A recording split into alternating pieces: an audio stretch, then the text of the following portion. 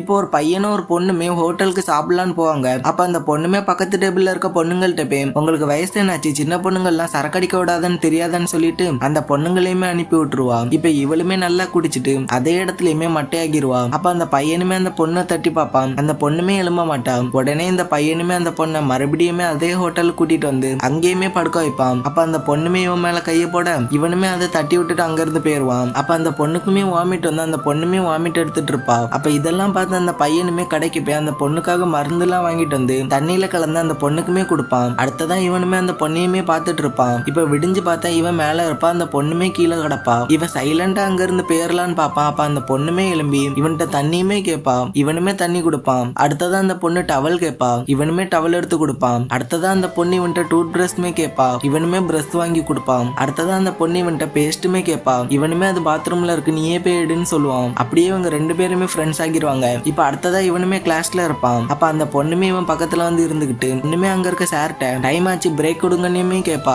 அப்ப உடனே அந்த சாருமே எல்லாருக்குமே பிரேக் விடுவாங்க. அப்ப அந்த பொண்ணுமே இந்த பையன்ட்ட வா நம்ம இதுக்கப்புறம் கிளாஸ கட்டடிப்போன்னே சொல்லுவான். அதை கேட்டு இந்த பையனுமே எனக்கு படிப்பு தான் முக்கியம், நான்லாம் வரமாட்டேன்னே சொல்லுவான். இதனால அந்த பொண்ணுமே அங்க இருந்து போயிருவா. இப்ப அந்த சாருமே பிரேக் வந்ததுமே உள்ள வந்துட்டு இங்க கெவின் யாருப்பா, உன்னோட கேர்ள் ஃப்ரெண்ட் வெளியில நிக்கா, நீ ஒழுங்கா போனா உனக்கு பிரசன்ட் போடினுமே சொல்லுவாரு. இப்ப இவனுமே வெளியில போனதுமே அந்த பொண்ணுட்ட நீ சார்ட்ட என்ன சொன்னானே கேட்பான். அப்ப அந்த பொண்ணுமே நான் பிரெக்னண்டா இருக்கேன், அதுக்கு காரணம் நீன்னு சொன்னேன்னே சொல்லுவான். இதை கேட்டு இவனுமே உடனே இருந்து கத்துவான், சார் அதுக்கு நான் காரணம் இல்லை நீ. ஆனா அந்த பொண்ணுமே இவனுக்கு வாயை பத்திட்டு அங்க இருந்துமே கூட்டிட்டு போயிருவான். இப்ப இவங்க ரெண்டு பேருமே ஜாலியா இருந்து சுத்திட்டு இருப்பாங்க. அப்ப இவங்க ரெண்டு பேருமே ஒரு ஆத்துக்கிட்ட நிப்பாங்க. அப்ப அந்த பொண்ணுமே இவன்ட்ட இந்த ஆறோட ஆழம் என்னன்னு உனக்கு தெரியுமான்னு கேட்பா. அதை கேட்டதுமே இவனுமே எனக்கு தெரியாதுன்னு சொல்லுவான். அப்ப நீ உள்ள போய் இந்த ஆழத்தை எனக்கு தெரிஞ்சுக்கிட்டு சொல்லு நீ. அந்த பொண்ணுமே இவனை தள்ளி விட்டுருவா. இதுக்கப்புறம் என்ன நடந்துன்னு தெரியணும்னா மறக்காம பார்ட் 4 கமெண்ட் பண்ணுங்க.